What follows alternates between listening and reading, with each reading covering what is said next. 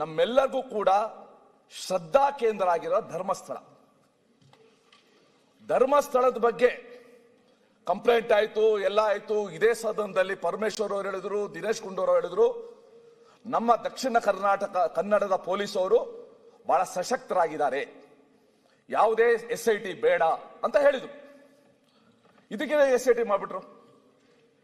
ದಿನೇಶ್ ಗುಂಡೂರಾವ್ ಹೇಳಿದ್ರು, ನಮ್ಗೆ ಯಾರಿಗೂ ಕೂಡ ಮಾಡಬೇಕು ಅಂತ ಇಷ್ಟ ಇರಲಿಲ್ಲ, ಕೆಲವು ನಿಯೋಗಗಳು ಬಂದು ಒತ್ತಡ ತಂದು ಅದಕ್ಕೋಸ್ಕರ ನಾವು ಮಾಡಿದೀವಿ ಅಂತ. Fine, fair enough, V welcome it. ಆಯ್ತು, ಸತ್ಯಾಂಶ ಬರಲಿ ಅಂತ. ಅವರು ಆಫೀಸರು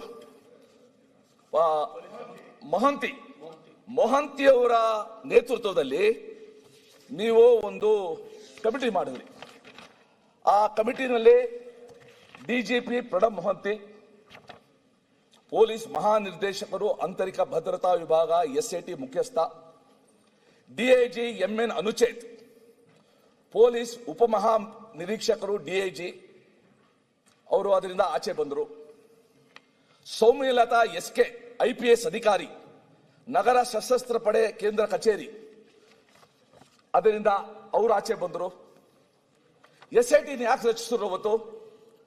ಹಲವು ವರ್ಷಗಳಿಂದ ವರದಿಯಾಗಿರುವ ಅನುಮಾನಾಸ್ಪದ ಸಾವುಗಳ ಆರೋಪಗಳು, ಸ್ಥಳೀಯ ಪೊಲೀಸರಿಂದ ಪ್ರಕರಣಗಳನ್ನು ಮುಚ್ಚಿ ಹಾಕಲಾಗಿದೆ ಅಥವಾ ಸರಿಯಾದ ತನಿಖೆ ನಡೆದಿಲ್ಲ ಎಂಬ ಆರೋಪ, ಸಾರ್ವಜನಿಕ ಹಿತಾಸಕ್ತಿ ಅರ್ಜಿಗಳು ಮತ್ತು ಸಾಮಾಜಿಕ ಕಾರ್ಯಕರ್ತರ ಒತ್ತಾಯ, ಆ ಪ್ರದೇಶದಲ್ಲಿ ಒಂದು ಸಂಸ್ಥೆಯ, ಒಂದು ಇನ್ಸ್ಟಿಟ್ಯೂಷನ್ ಪ್ರಭಾವ ಇದೆ ಎಂಬ ರಾಜಕೀಯ ಒತ್ತಡ, ಈ ರೀತಿ ಮಾಡಿ ಒಂದು ಎನ್ಕ್ವೈರಿ ಕಮಿಷನ್ ಮಾಡಿದ್ರು. ನಮಗೂ ಕೂಡ ಆಯ್ತು, ಮಾಡಲಿ, ಒಂದು ಸತ್ಯಾಸತ್ಯತೆ ನಾವೆಲ್ಲೂ ಕೂಡ ವಿರೋಧಿಸಲಿಲ್ಲ. ಇನ್ನೊಂದು ಹೆಜ್ಜೆ ಮುಂತಾಯ್ತು. ಧರ್ಮಸ್ಥಳದಂತಹ ಅತಿ ಸಂವೇದನಾಶೀಲ ಪ್ರಭಾವಶಾಲಿ ಪ್ರಕರಣದಲ್ಲಿ ಸಾಮಾನ್ಯ ಪೊಲೀಸ್ ತನಿಖೆಯಿಂದ ಸಾರ್ವಜನಿಕ ನಂಬಿಕೆ ಮೂಡದು ಎಂಬುದು ರಾಜ್ಯ ಸರ್ಕಾರದ ವಾದ ಆಗಿತ್ತು.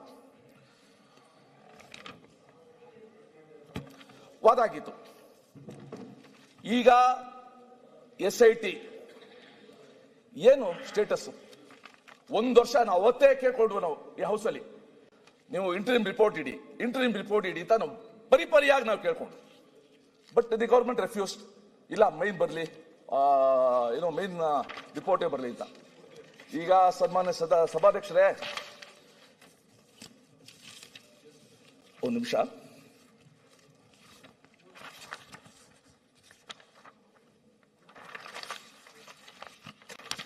ಈಗ ಧರ್ಮಸ್ಥಳದ ಬಗ್ಗೆ SIT ಆಯಿತು, ಅದು ಯಾರೋ ಮುಸುಕುದಾರಿ ಬುರುಡೆ, ಅದೊಂದು ದೊಡ್ಡ ರಾಮಾಯಣ. ಅದು ಅವ್ರನ್ನೇನೋ ಅರೆಸ್ಟ್ ಮಾಡಿದ್ರು, ಅವ್ರನ್ನ ಬಿಟ್ರು, ಗಡಿಪಾರು ಮಾಡಿದ್ರು, ಬಿಟ್ರು, ಅದೇನೋ ನಡೀತಾ ಇದೆ, ಅವೆಲ್ಲ ಪೇಪರ್ ಓದ್ತಾ ಇದೀವಿ. ಆದ್ರೆ ಸರ್ಕಾರ ರಚಿಸಿದ SIT ರಿಪೋರ್ಟ್ ಏನು, ಯಾಕೆ ಇನ್ನೂ ಕೂಡ ಬಂದಿಲ್ಲ? ಯಾಕಂದ್ರೆ ಇಡೀ ಜನ ಸಮುದಾಯದಲ್ಲೇ ಒಂದು ಶ್ರದ್ಧಾ ಕೇಂದ್ರದ ಬಗ್ಗೆ ಶಂಕೆ ಬರಂಗೆ, ಅಪನಂಬಿಕೆ ಬರಂಗೆ ನಾನು ನೋಡಿದ್ದೀನಿ. ಅದು ಒಂದು ಹೇಳ್ಕೊಂಡ್ರು, ಧರ್ಮಸ್ಥಳಕ್ಕೆ ಹೋಗೋ ಜನ ಸಂಖ್ಯೆನೇ ಕಡಿಮೆ ಆಗ್ಬಿಟ್ಟಿದೆ ಅಂತ ಹೆಮ್ಮೆಯಿಂದ ಹೇಳ್ಕೊಂಡ್ರು. ಸರ್, ನಾವು ಒಂದು ಹೇಳ್ತೀವಿ ಸರ್, ಯಾರೂ ಇಲ್ಲದೆ ಇರೋರಿಗೆ ಧರ್ಮಸ್ಥಳ ಅನ್ನೋದು ಒಂದು ಭರವಸೆ ಕೇಂದ್ರ, ನಂಬಿಕೆ ಕೇಂದ್ರ. ಇದೇನಪ್ಪ ನಮ್ಮ ಮಂಜಪ್ಪ ಇದ್ದಾರೆ ಅಂತ ಆ ನಂಬಿಕೆನೇ ಛಿದ್ರ ಮಾಡಕ್ ಹೊರಟ್ರಲ್ಲ ಇವರು. ಅದ್ರ ಬಗ್ಗೆ SIT ಮಾಡಿದ್ರಲ್ಲ, where the report? What has happen? ಇನ್ನೂ ಕೂಡ ಧರ್ಮಸ್ಥಳ ಕಳಂಕ ಎತ್ಕೊಂಡೆ ಓಡಾಡ್ಬೇಕಾ? ಗಡಿಪಾರು ಆದ ಆ ವ್ಯಕ್ತಿ ಅದೇ ಬೆಳ್ತಂಗಡಿ ಪೊಲೀಸರಿಗೆ ಇವತ್ತು ಕೂಡ ಚಲನೆ ತೀರಿಸ್ತಾ ಇದ್ದಾರೆ. Supreme court ಹೋಗಿತ್ತಿದ್ದು.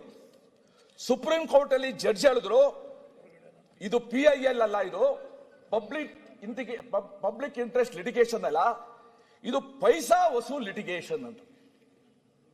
ನಾನು ಹೇಳ್ತಾ ಇರೋದಲ್ಲ, ಸುಪ್ರೀಂ ಕೋರ್ಟ್ ಹೇಳಿರೋದು ಪೈಸಾ ವಸೂಲ್ ಲಿಟಿಗೇಷನ್ ಅಂತ. ಅದನ್ನ ಮಾಡುವಾಗ ಕನಿಷ್ಠ ವಿವೇಚನೆ ನೋಡಿಕೊಂಡು, ರಾಜ್ಯದ ಭಾವನೆ ನೋಡಿಕೊಂಡು ಸರ್ಕಾರ ಮುಂದೆ ಹೆಜ್ಜೆ ಇಡಬೇಕಾಗಿತ್ತು.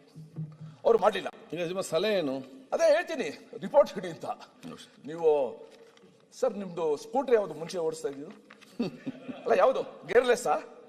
ಅಲ್ಲ, ನಾವೆಲ್ಲ ಗೇರ್ ಇರೋದು ಸ್ಕೂಟರ್, ಫಸ್ಟ್ ಗೇರು, ಸೆಕೆಂಡ್ ಗೇರು, ಥರ್ಡ್ ಗೇರ್, ಫೋರ್ತ್ ಗೇರ್ ಆಗ್ತಾ ಇದ್ವು. ನೀವು ಗೇರ್ಲೆಸ್ ಅಂತ ಕಾಡ್ತೀವಿ. ಆಗ ನಾವು ಗೇರ್ ಇದ್ದದ್ದೇ, ಮತ್ತೆ ಗೇರ್ಲೆಸ್ ಬಂದದ್ದು. ಓಕೆ, ಸೊ ಈಗ ನಾನು ಹೇಳೋದು, though the High Court has told to to continue the investigation. No accused is interrogated or taken into custody till today. All are roaming freely, filing PLs and talking to the social media.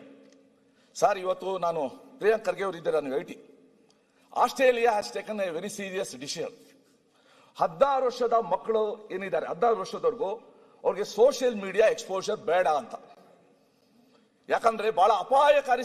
ಇವತ್ತು ನಿನ್ನೆ ನಮ್ದೇನು report ಲೋಕಸಭೆಯಲ್ಲಿ submit ಮಾಡಿದ್ದಾರೆ, ಅವರು ಕೂಡ ಈ social ಮೀಡಿಯಾದು pre mature exposure ಇಂದ ಇಡೀ ಆ ಮಕ್ಕಳು ನಾವು ಹ್ಯಾಕ್ ಕಳ್ಕೊಳ್ತಾ ಇದ್ದೀವಿ. ಇನ್ಫ್ಯಾಕ್ಟ್ ವಯಸ್ಸಿಗೆ ಬರಕ್ಕಿಂತ ಮುಂಚೆನೆ ಪೋರ್ನ್ಗೆ ಇಂಟ್ರೊಡ್ಯೂಸ್ ಆಗ್ತಾ ಇದ್ದಾರೆ ಅವರು. ಇದು ಬಹಳ ಗಂಭೀರವಾದ ವಿಚಾರ. ಅದಕ್ಕೋಸ್ಕರ ಈ ಸೋಷಿಯಲ್ ಮೀಡಿಯಾ ಬಗ್ಗೆ ನಮ್ಮ ರಾಜ್ಯದಲ್ಲೂ ಕೂಡ ಗೋವಾದಲ್ಲಿ ಟೇಕನ್ ಡಿಸಿಷನ್. ಒಂದು ಯಾವ್ದಾದ್ರು ಒಂದು ವಯಸ್ಸು ಒಳಗಡೆ ನಾವೇನಾದ್ರೂ ಕೂಡ ಕಂಟ್ರೋಲು ನಿಯಂತ್ರಣ ಮಾಡಕ್ಕಾಗೋದಿಲ್ಲ. We should take some measure. ನಿಖರ ಸುದ್ದಿ, ಸದಭಿರುಚಿಯ ಕಾರ್ಯಕ್ರಮ. ನೀವು ನೋಡ್ತಾ ಇದ್ದೀರಾ ಕಹಳೆ ನ್ಯೂಸ್, ಸಮಾಜದ ಜಾಗೃತಿಗಾಗಿ ವಸ್ತುನಿಷ್ಠ ವರದಿ.